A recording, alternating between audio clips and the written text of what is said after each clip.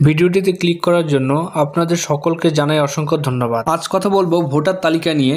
ইতিমধ্যে আপনারা জেনেছেন রাজ্যের ভোটার তালিকায় কিন্তু অনেক রকম ভুয়ো কারচুপি কিন্তু দেখা গিয়েছে।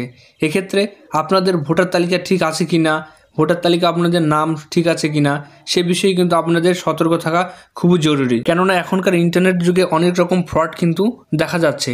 তাই এই বিষয়গুলিতে আপনাদের কিন্তু গুরুত্ব দিয়ে আপনাদের তথ্যগুলো কিন্তু যাচাই করে রাখতে হবে।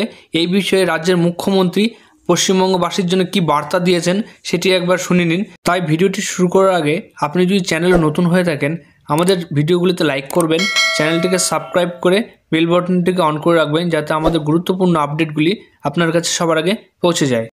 বলুন কোনটা করবেন? চালাকিটা বুঝতে পারছেন? আমি কিন্তু আপনাদের রহস্যটা উন্মোচন করে দিলাম। এরপরের দায়িত্ব আপনাদের। আর বাংলার মানুষকেও আবেদন করব, আপনারা আপনাদের ভোটার লিস্টটা দেখে নিন প্লিজ দয়া করে। তা নাহলে যে কোনো দিন এনআরসির নাম করে এবং ক্যান নাম করে আপনাদের কিন্তু নামটা ছল চাতুরি করে কেটে দেবে। এর দুটো দিক আছে, একটা তৃণমূলকে হারানো, বাংলাকে দখল করা, আর 2 নম্বর দিক হচ্ছে কি বলুন তো?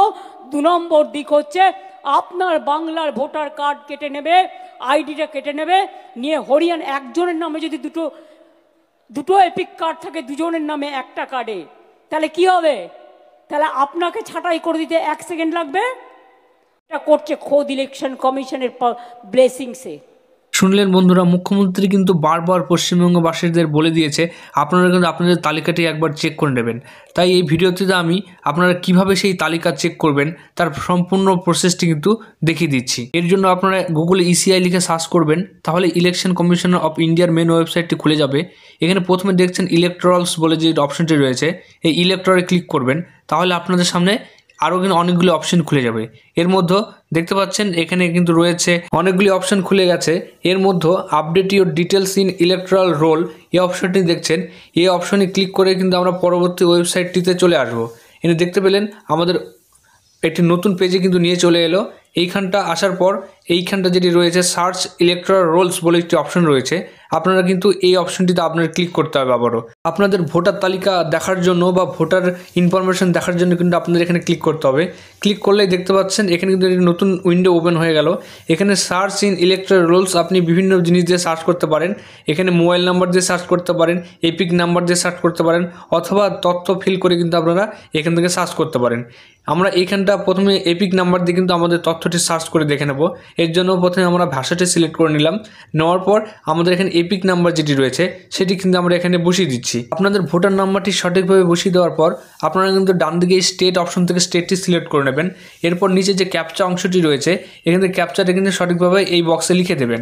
লিখে দেওয়ার পরে নিচে যে সার্চ অপশনটি রয়েছে এটিতে ক্লিক করলেই আপনাদের তথ্য কিন্তু শো হয়ে যাবে। এখানে দেখতে পাচ্ছেন এপিক নাম্বার, নাম, বয়স, রিলেশন সমস্ত তথ্য কিন্তু স্ক্রিনে চলে আসবে। এরপর সবার ডান দিকে অ্যাকশন যে অপশনটি রয়েছে এর মধ্যে ভিউ ডিটেলস যে অপশনটি রয়েছে সেটিতে ক্লিক করলে আপনাদের কিন্তু তথ্যটি আবার পুনরায় ওপেন হয়ে যাবে। এখানে আপনি সম্পূর্ণ তথ্যটি A to Z দেখে নিতে পারেন।